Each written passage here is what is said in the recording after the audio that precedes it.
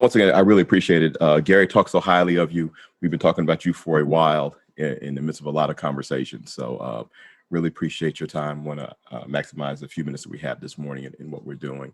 Um, it's interesting. I started looking at when Gary started talking about you and what you did. I thought it was so interesting, particularly in the financial services industry, that someone with your background, your education, with your education in counseling and psychotherapy, and then also in theology, to be in the space of financial services. And so at Alliance Bernstein, you lead their Advisor Institute. And it's amazing when you think about the financial services industry over the past 100 years, or how it's transitioned and transformed. And many, like Alliance Bernstein, are these behemoths of organizations. And you wonder, how they transitioned over time. So just briefly, how did you get into that space? Because that's not what people think about when they think about a financial services organization. How did you get into that space? Absolutely.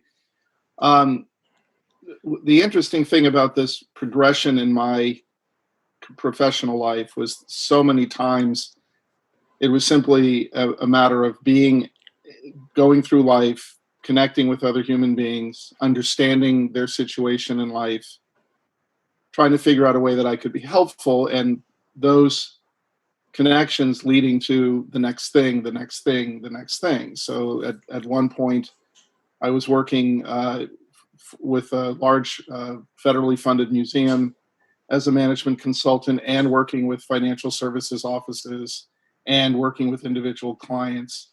And the opportunities simply continue to present themselves for me to work with a human, understand their situation, and in some cases, understanding their situation led to understanding the general conditions of people who work in that setting.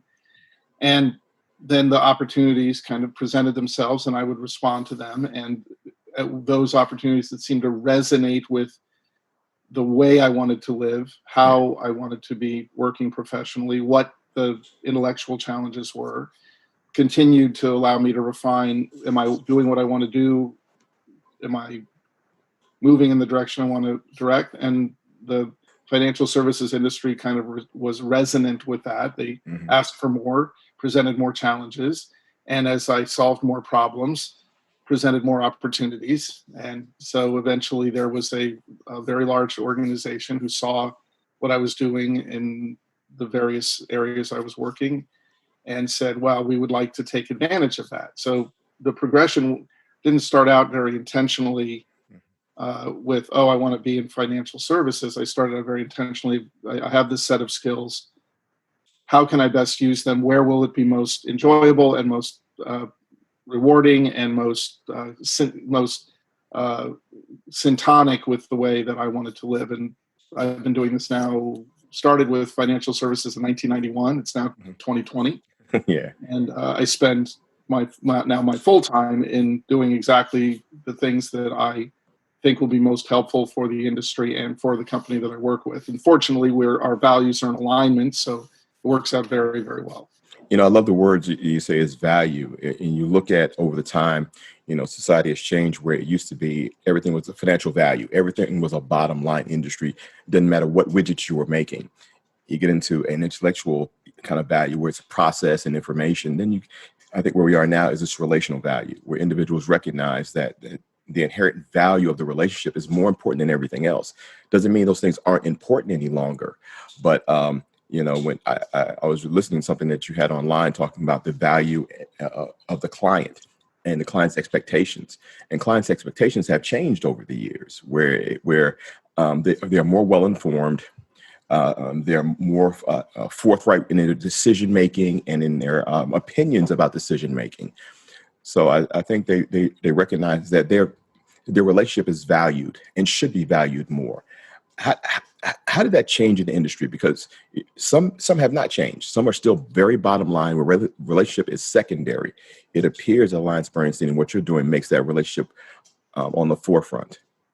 Well, Alliance Bernstein is a good example of that. Alliance Bernstein is not just an asset manager. It also has a private client organization that directly serves clients.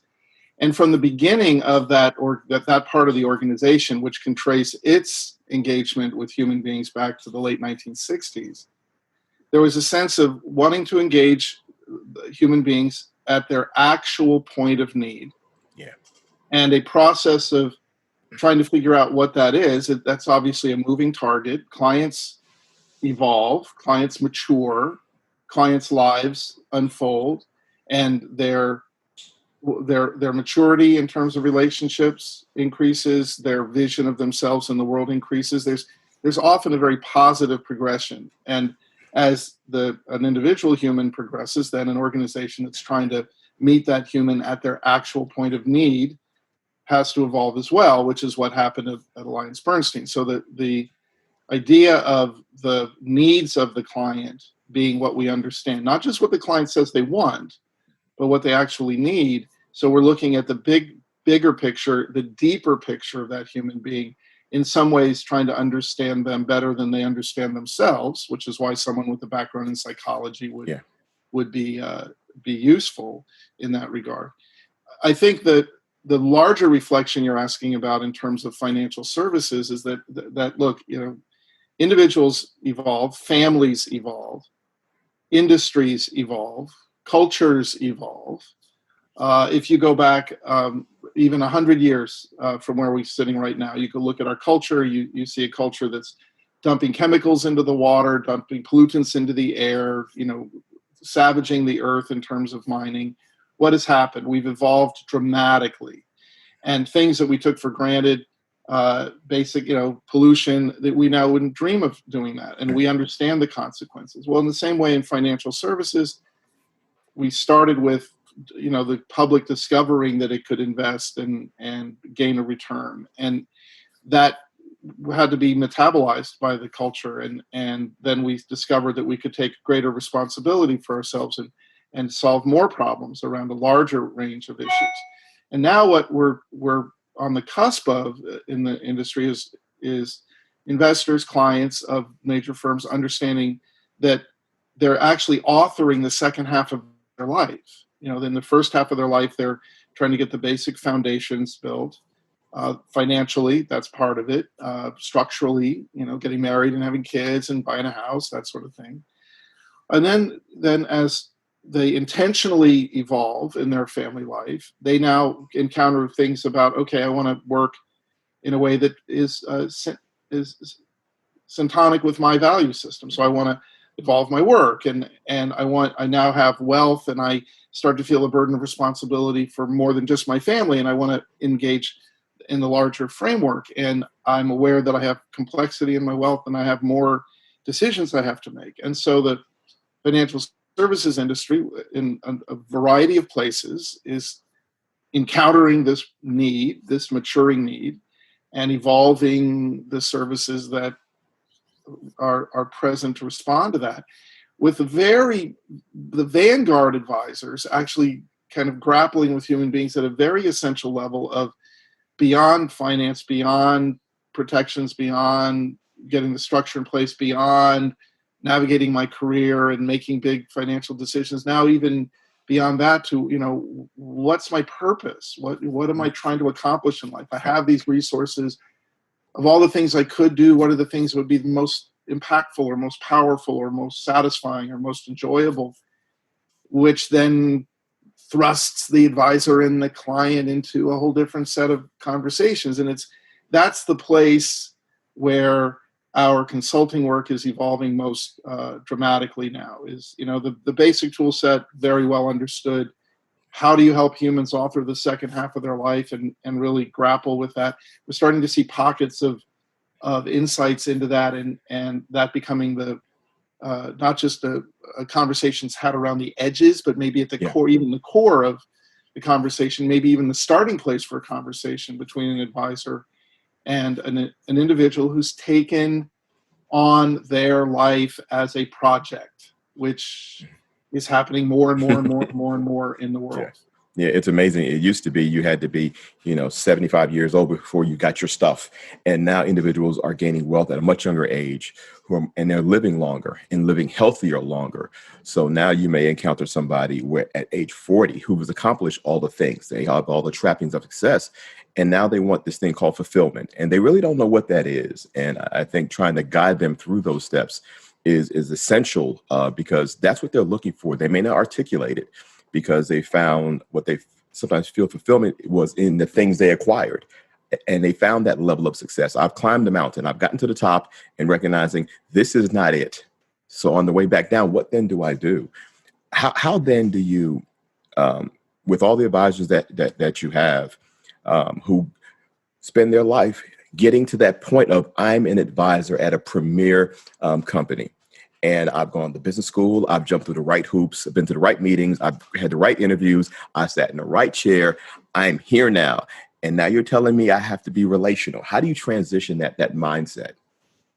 Well, at the beginning, at the root of that is the fact that advisor has to have some emotional intelligence to begin with. That as they're working with clients, an advisor has become successful, has certainly had to master a set of working tools and to be able to provide the fundamental value and to maintain the structure of the financial advice they're providing. They have to know what to advise upon. They have to have the tools of their firm to do that. But to your point, as they become more established, more successful, more rewarded for that, something interesting happens in the process, that they begin encountering human beings who have accumulated wealth, to your point. They themselves start having more resources and even in many cases wealth as they succeed. And so they themselves start encountering this question of, is this all there is? Getting a new client was, the essential moment of greatest excitement and satisfaction. And 15 years later, a new client is a good thing, but it doesn't change their life. And the questions start to occur. Well, at the same time that their clients are asking these questions, is it, certainly the 30-year-old who's incredibly intelligent, hardworking, and very fortunate, who creates a lovely business and has the good fortune of it either being very profitable or selling it, may encounter the question, okay, now what?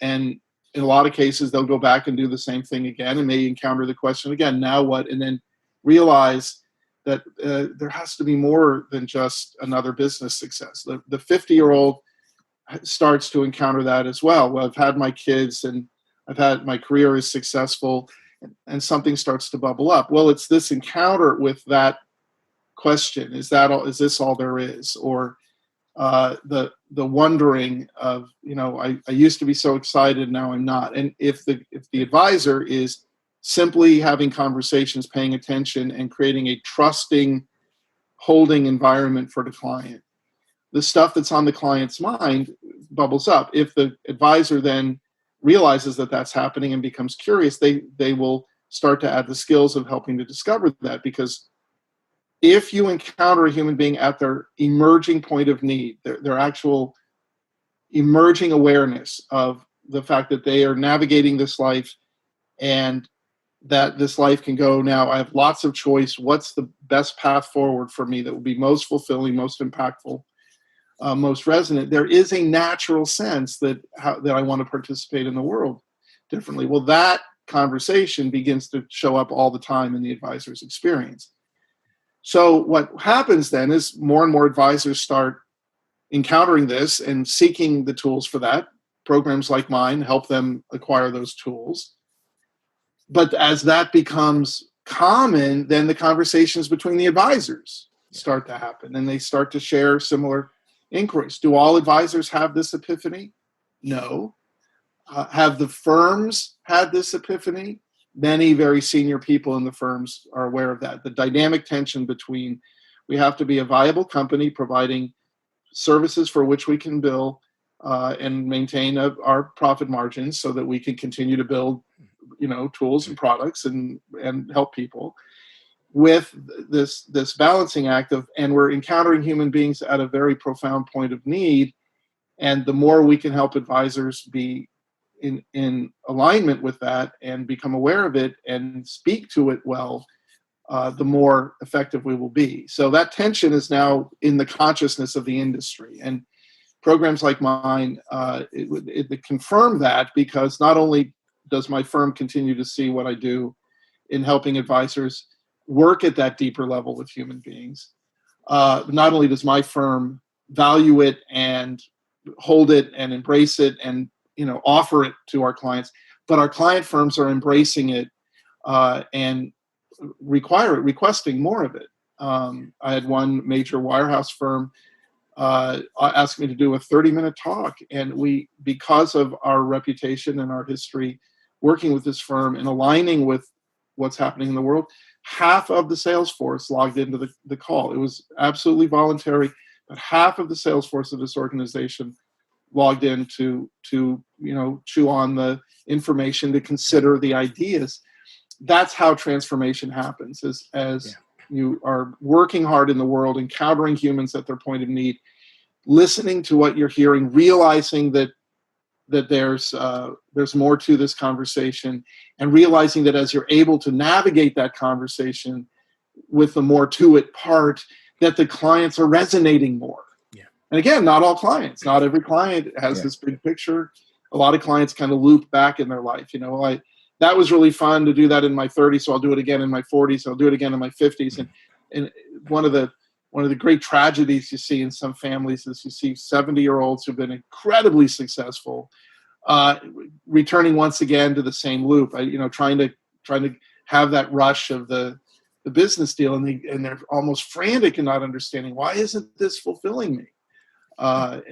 What I believe will eventually happen is the invitation to see the world through a different set of eyes will be available to everyone. And in fact, we could even start talking about, hey, instead of looping back, maybe take the next step forward in your life and see the world slightly differently. It's amazing. At first, I was going to say you're like the advisor's advisor, but it's more like a Sherpa. It is truly getting people up and down the mountain.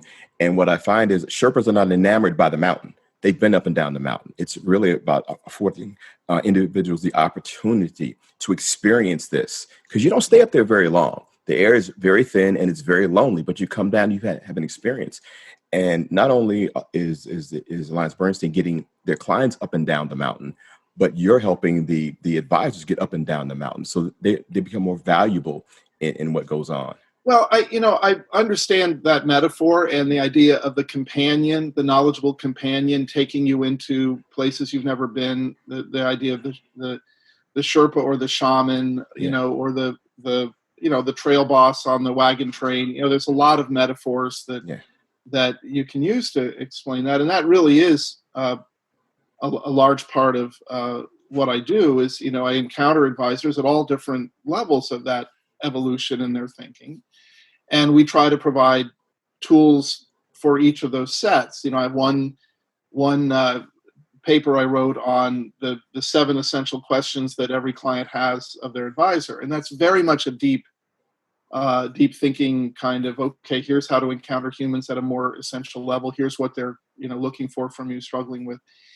But then there's more basic tool sets for how to conduct a client review that meet advisors at that place. My point in talking about this, meeting advisors at different places, and you saw me kind of make a face when I said I get where you're going with that. I do want to make one correction. Not that you and I disagree. It's just the use of words. The journey up the mountain on Earth, on geographic planet Earth, right, is a journey from dense oxygen and where humans are, comfortable, up into elevation where humans are uncomfortable. And there's some dimension of, grappling with your life more intentionally that is a little uncomfortable. We've not been there before. We need some help getting there. We need some tools that I think the whole relational value movement very much now is saying, okay, what are the tools that we need to provide to help folks with each step of this navigation? But here's the difference that matters. is that rather than moving to a place where the air is thin and you can't stay very long, that's actually our natural habitat. Meaning, at this place on the mountain where you see the world from a larger perspective, you encounter relationships at a deeper level, that you're intentionally authoring your life, that you're facing challenges with a set of tools that help you overcome them. That process, which is rigorous and vigorous and intellectually engaging and emotionally engaging and creative and risky and sometimes trying and not succeeding. I could tell you many more stories of trying things and not having them work out as I thought than I could tell you stories of trying things and having them work out better than I thought. When you do both, opportunities arise, but it's not easy. But I believe it's our natural habitat, and that's the interesting thing, Yeah. because I believe as you develop those tools and you develop your inner resources and you embrace that what's driving from within you, as helping you navigate what fits, what doesn't fit, what fits, what doesn't fit. Where am I most engaged? Where am I no longer, stimulated? We're now living more in alignment with how we want to live. And I will tell you, I grew up in academia, and I've been to many institutions of higher learning, encountered great, brilliant minds, and less luminous figures academically. These great, rigorous, vigorous, luminous characters who are, exploring ideas. I watched them do that into their 70s and their 80s with incredible vitality. Yeah. And their sense of contributing. My father, as I sit here with you, is 97 years of age. He was an engineer for the first 40 years of his life, fought in World War II, retired at 65 from engineering, and immediately got involved with the next phase of his life, which was starting and then running and maturing a Habitat for Humanity chapter. So he had an entire second act in his life that was stimulating and rigorous and vigorous, but different, and engaging people at a whole different level than he did in his life. And then his life since he retired from that in his late 80s has been very much exploring very important relationships to him. I think it's our natural habitat, but I think it looks different than people think. I agree with that. Let me ask you this. You wrote something in April. The one question that will help you the most today. And then 186 days later, you wrote, why does March feel like so long ago? And in the midst of that, life has got kind of cattywampus, and people have gone through different iterations of change over that time.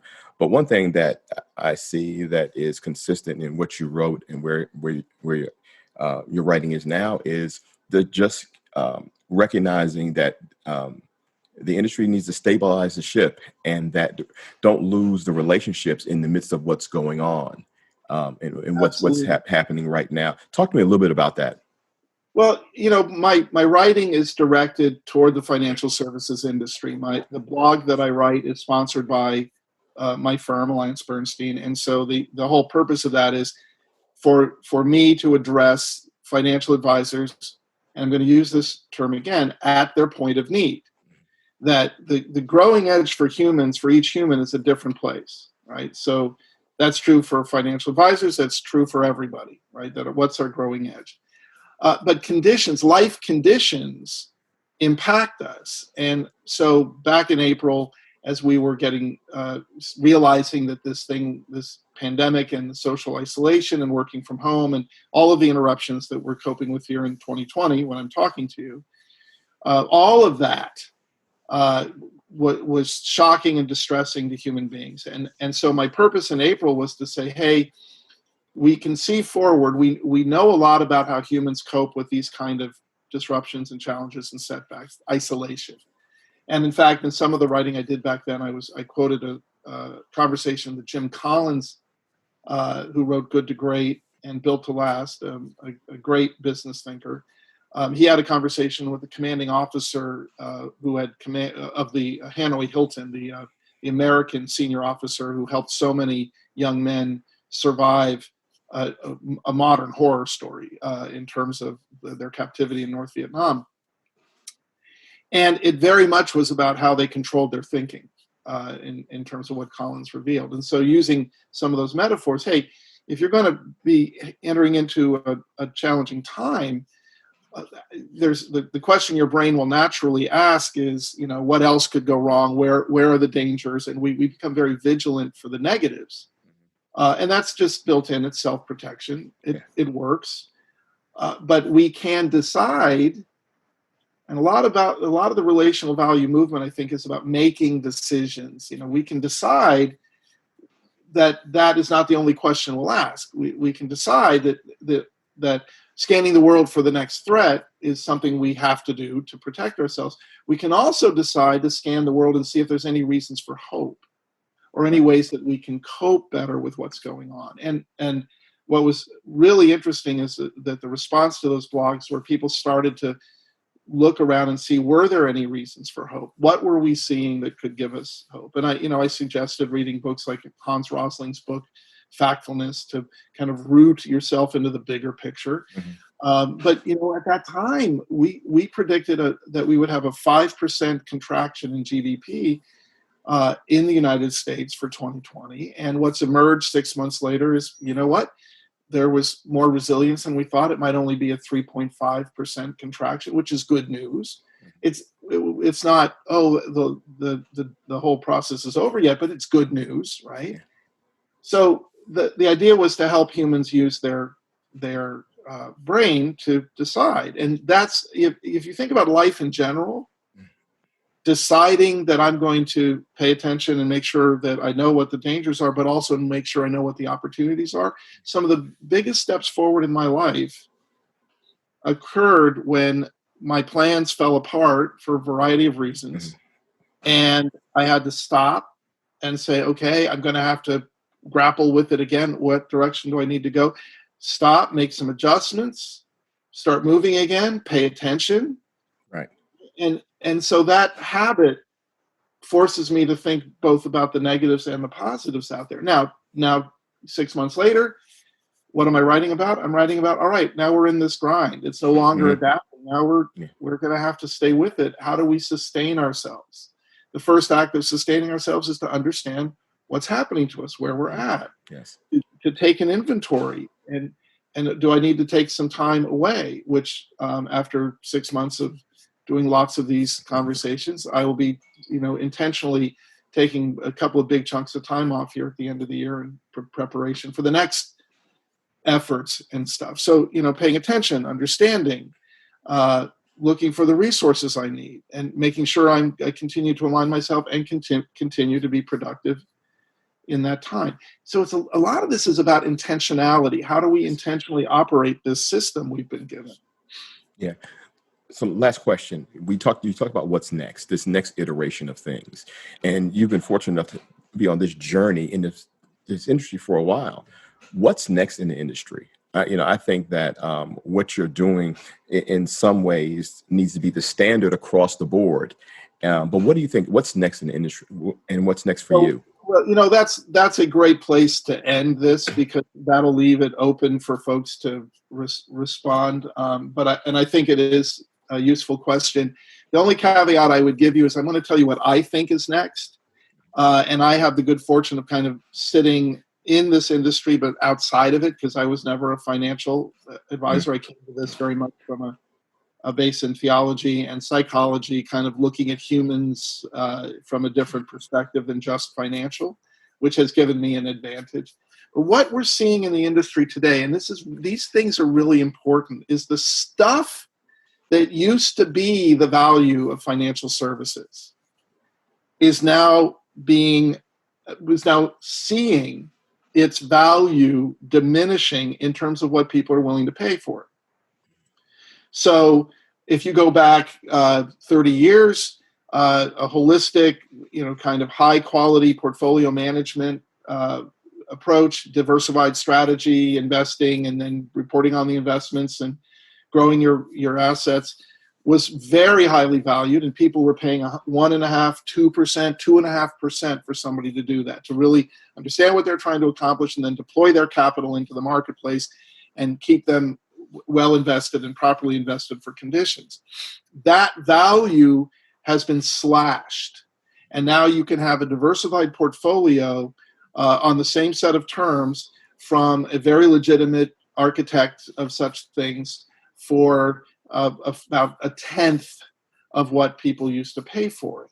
So the client is saying, though I don't know if the client as an individual is as clearly saying it as the larger scope, is, no, I'm not going to pay for that.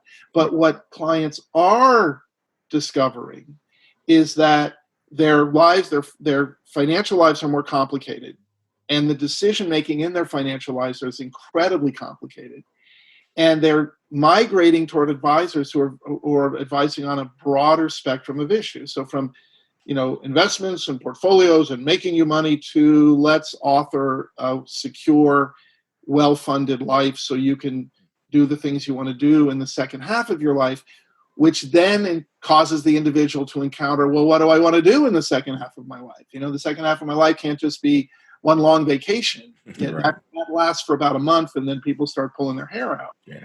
So what happens then is that what is valued begins to be where clients gravitate toward, and the advisors that clients are wanting to work with. And so what I think is next is having conversations that span a much broader range of issues, from investments all the way up. But even in investments, we're starting to see the emergence, and let me just give you two examples of this, because this all starts to happen at the groundswell, and it evolves, kind of slowly at first, and then rapidly picks up speed. We have ESG investing, or what people call impact investing, is moving from the periphery to the mainstream.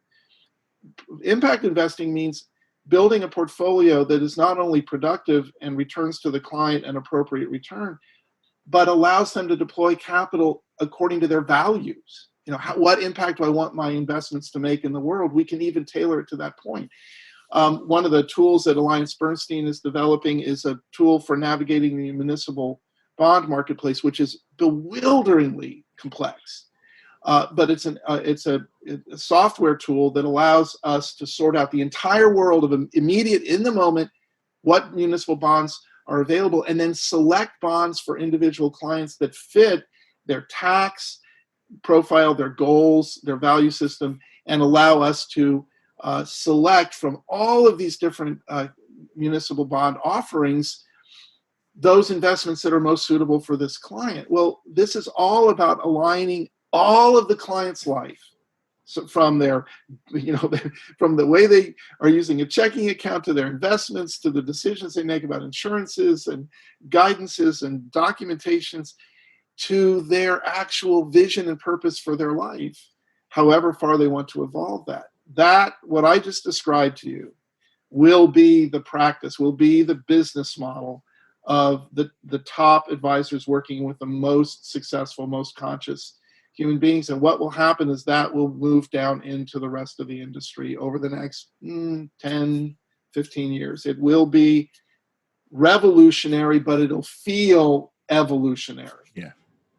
Yeah. We're going to leave it right there. I appreciate your time this morning. It has been very good, enriching, thought-provoking. Hopefully we get a chance to talk again sometime. I want to pick your brain on some other things, but I appreciate your time this morning. Enjoyed the conversation. Whenever you wish, I would enjoy continuing with you on whatever direction you want to go. All right. I appreciate it. You have a great day. You take care. Bye-bye.